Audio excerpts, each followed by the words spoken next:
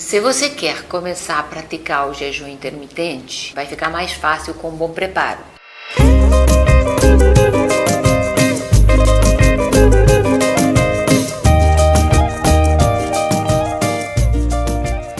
Basicamente, jejum é não comer, mas tem algumas coisas que nós podemos fazer para amenizar o processo. Ingerir muita água, tomar chá, eventualmente um café. Mesmo que o jejum puro permita somente a água, ingerir outros líquidos não chega a atrapalhar. Quando você já está comendo limpo, 3 vezes ao dia, sem lanches, aumentando um pouco a quantidade de gordura no prato para fornecer saciedade. Muito importante também é comer muitos vegetais frescos. As vitaminas e os minerais que tem nos vegetais nos ajudam a diminuir a resistência à insulina, a curar esse processo ao qual o nosso corpo estava sujeito. Muita água é importante. Aportar sal, aportar magnésio. Isso vai ajudar a minimizar os principais sintomas do jejum, aquele mau humor, a fome excessiva, as câimbras. E gradativamente nós iremos suprimindo algumas das refeições. Pode ser o café da manhã, pode ser o almoço ou pode ser o jantar. Quando iniciamos o jejum, em alguns momentos do dia, nós temos picos de fome.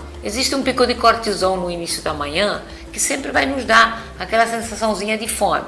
É só esperar um pouquinho que ele passa. O ideal é começar com períodos mais curtos de jejum, tipo 14 ou 16 horas, 2 vezes por semana. Isso vai fazer com que você se familiarize com o processo e não tenha excessivos sintomas. Em algumas pessoas, a adaptação ao jejum é muito rápida. Em 10 dias, estão completamente adaptados. Para outros, pode levar meses. Chamamos o processo de jejum intermitente porque basicamente consiste em deixar de comer por algumas horas e fazermos isso de uma maneira regular.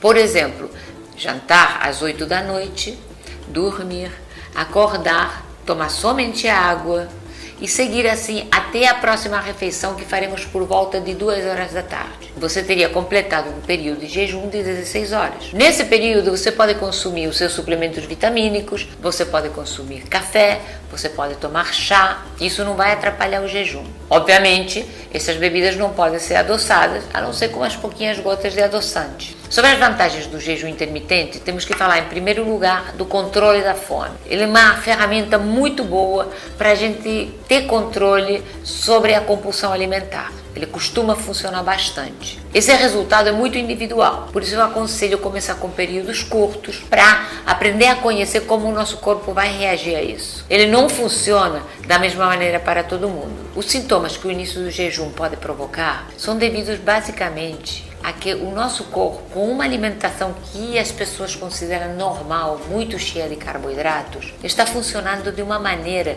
carboadaptada. Quer dizer, a maioria das pessoas ingere um carboidrato a cada 3 horas. Isso faz com que o corpo nunca queime a reserva. Quando iniciamos um processo de dieta com baixo teor de carboidrato, com períodos de jejum intermitente, nós simplesmente trocamos a chave, deixamos de ser carboadaptados para virarmos lipoadaptados. Isso quer dizer que o nosso corpo começa a consumir de uma maneira eficaz as próprias reservas de gordura. Para inserir o jejum intermitente na nossa rotina de maneira fácil e correta, vamos seguir esses passos. Em primeiro lugar, limpar a dieta. Começar a comer unicamente bicho e planta, e de preferência vegetais que cresçam acima do solo. Eles concentram menos amido, são mais ricos em fibras e fornecem muitas vitaminas. Depois, diminuir o número de refeições diárias. Passar para 3 refeições ao dia, sem lanches, e gradativamente para 2. Nesse processo já estaríamos fazendo um jejum de pelo menos 16 horas. Entre as vantagens do jejum intermitente temos o mais fácil controle da fome e da compulsão alimentar,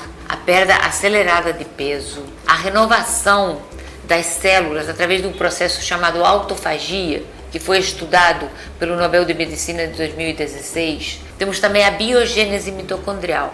As nossas mitocôndrias aumentam e melhoram a atividade. Isso faz com que também aumente o metabolismo basal. Períodos curtos de jejum podem ser feitos todos os dias, 2 vezes por semana. Depende muito da tolerância, depende muito da fome de cada um, depende muito de como o teu corpo vai reagir a esse processo. Períodos longos podem ser feitos eventualmente. 24 horas de jejum 1 vez por semana é perfeitamente razoável, somente se você tolerar isso bem.